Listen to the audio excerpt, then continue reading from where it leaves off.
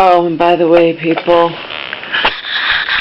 I lose my cool one time with my mom out of 50 possible times that I could have lost my cool, okay? And this applies to any of you.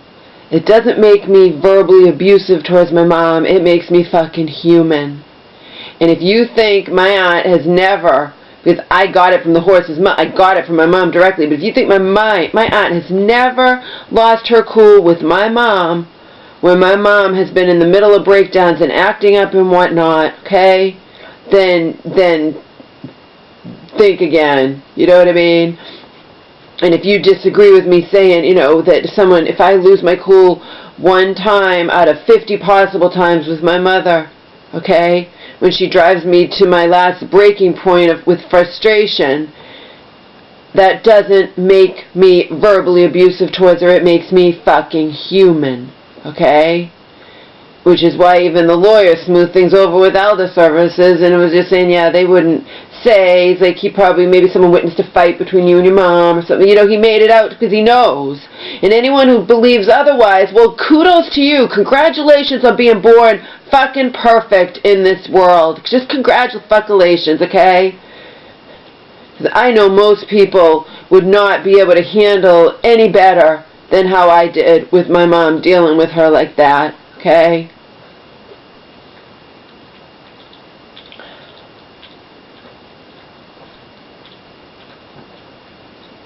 I said there were numerous times I could have easily, I didn't though. I stayed calm, I didn't lose my cool. Like that time I told you, I knew she had my fucking phone. It was impossible for her not to have had my phone when I left it on her bureau as a kindness, so she would wake up in time to go with her sister. I didn't have to do any of it. She just wouldn't have woken up on time, okay? Probably. Because she hadn't been waking up on her own. She'd been sleeping really late, even if she went, you know what I mean? So I did that as a kindness, and she wouldn't let me search for her phone. For my phone. I don't have it. Mom, you have to have my phone. I left it on your bureau. You got up, you heard the alarm. I don't have it! I told you I don't have it! She's coming! I need to leave! That's what I have to deal with. And I have a right to have my phone. But that's what I have to deal with, okay? And you know what I mean? And I kept my cool. But I'm not saying in every fucking instance I've kept my cool. The thing was she took Angel out without a leash. Yeah, I didn't keep my cool. Okay? I'm not perfect. Congratulations to any of you if you are. Even her friend, when I had said about her calling that old co-worker and saying whatever, and the friend joked and I know your mom, she's got a mouth on her. I know. But people can make it out that I just go around calling my mom names or yelling at her all the time for no fucking reason, just taking my frustrations out on her and all this crap. They can say anything they want because she can say anything she wants. I know damn well that I have tons of justifications for not allowing her to walk Omer anymore, but she's not going to think that. She just thinks I'm being mean, and she'll tell people or tell that old coworker, I heard her say, she won't let me walk Omer anymore, and it makes me look like I'm just horrible. See? She yells at me, but never does she say any fucking, to her, she does nothing wrong ever, okay? And believe me, her sister's been verbally abusive towards me and verbally abusive towards her, most definitely, okay? If you think anything else, then whatever. And if you think that any of you could have handled this situation any better than I did, under these circumstances, then kudos to you, babes. Kudos to you. Congratulations on being born fucking perfect human beings. And like Joe said, there's a huge difference. He gets it. He knows. I was crying to him constantly, okay?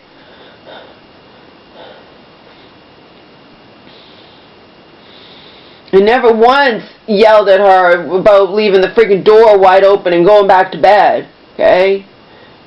But a couple of years ago, she was insisting on leaving the friggin' screen door. We had a bad storm, and she was insisting on leaving that screen door wide open. And you know damn well the screen door is not some $1,000 screen door. We're having a bad windy storm. The screen door, if you leave that wide open like that, it is likely going to... And Joe was like, that's ridiculous. Why don't you just tell her? Because you can't reason with her. To her, she doesn't want to get trapped in here by the snow pool. So her thing is, we'll just leave the screen door wide open so we're not trapped in here. You know? And that is fucking frustrating as hell. When she gets like that, Auntie knows you can't reason with her regarding anything.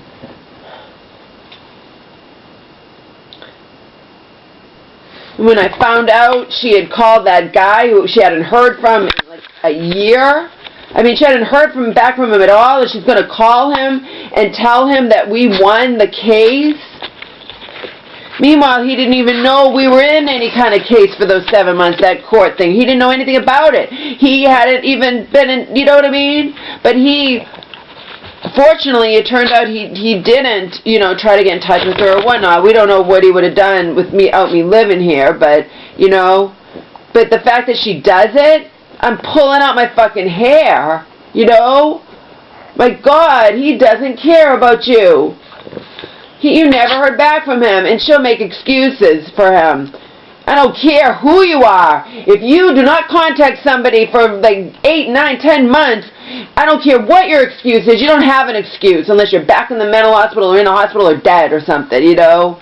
She can't, but she'll make any kind of excuse. Oh, well, his ex-wife didn't want him to talk to me, or he has his kids, he's busy. No. Anybody who cares about you is going to get in touch with you, period, you know? But some asshole like Stoney, you're going to tell your mom that that people don't care about her? Fuck you. Fuck you. Anyone who doesn't have an ulterior motive, including just hatred of me, or, you know, an ulterior motive or an agenda, okay, can instantly recognize I was doing the best I could with my mom. She's allowed to say fucking anything and be believed. It is so sick. I'm actually so naive. I was thinking, you know, this latest time when she went into this hospital, I'm like, well, I know she won't be able to say anything bad about me because I didn't do anything. But she must have done it anyway. You know? I can't wait. I mean, I can wait. I don't want to know, but Joe's going to read it all and tell me what Auntie said to that judge. But the fact that Auntie's being sarcastic with me, if I'm verbally abusive towards her, and remember, I have all these texts proving how verbally abusive she is towards me, way above and beyond, calling me a fucking nutcase and a fucking head case, and you're a mental case, and you know, okay? But she will point out that even in a recent text when I'm, you know, furious with her or whatever, see, Laura, you're just all calm, and Karen read it, you're verbally abusive towards her. Oh, fuck you. I swear to God, people, I did. I knew because I had walked on eggshells no matter what my mom was doing. I didn't, you know, and like I said, the way she was behaving, I could have easily gotten her sectioned right away again. And as you know, that was abhorrent to me. The poor woman just went back and back-to-back hospitals, and that would be for a third time. But nobody would condemn me for that, see? Because I don't make her, you know what I mean? If I had just got her hospitalized immediately, it's not my fault. It's not my fault these assholes discharged her too soon. But I cared about her. Not that she appreciated it at all. You think that old co-worker knew how I saved my mom's fucking life with the lithium toxicity thing, or how I'd gone to bat with her against these fucking assholes and everything, you know? Sticking up for her when she fucking falls in their goddamn shower and hits her head. Everything, you know?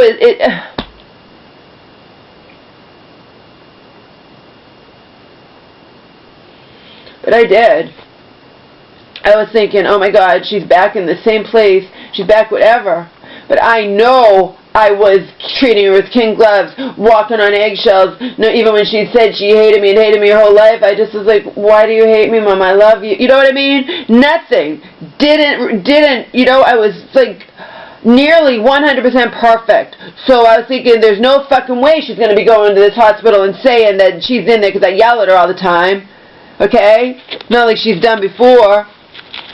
But if she did it again, she can do anything. She can make stuff up. She can lie. Remember, she doesn't love me anymore. Laura, I don't love you. I was a living, breathing being. You took my life from me. She can make shit up. You think she can't? It's sick. And Auntie grabbed onto it for all it was worth, and then has the nerve to say to me, it was a real difficult decision for me to decide to become your mom's guardian. Bullshit. Bullshit. You reveled in it. You fucking bitch. You reveled in getting in front of that judge and saying whatever you felt like saying, and being 100% believed. You reveled in it. Nobody's buying your shit, Auntie. Only people fucking beyond ignorant are buying into your bullshit. My conscience is fucking clear. I went to bat for my mom the way nobody ever has in my mom's fucking existence. In the ways that Auntie would never, ever, ever dream of going to bat for my mom. Unfucking believable, this bullshit existence. Jesus. I don't know why I bother doing anything, caring about anybody, really, I don't know why I fucking bother.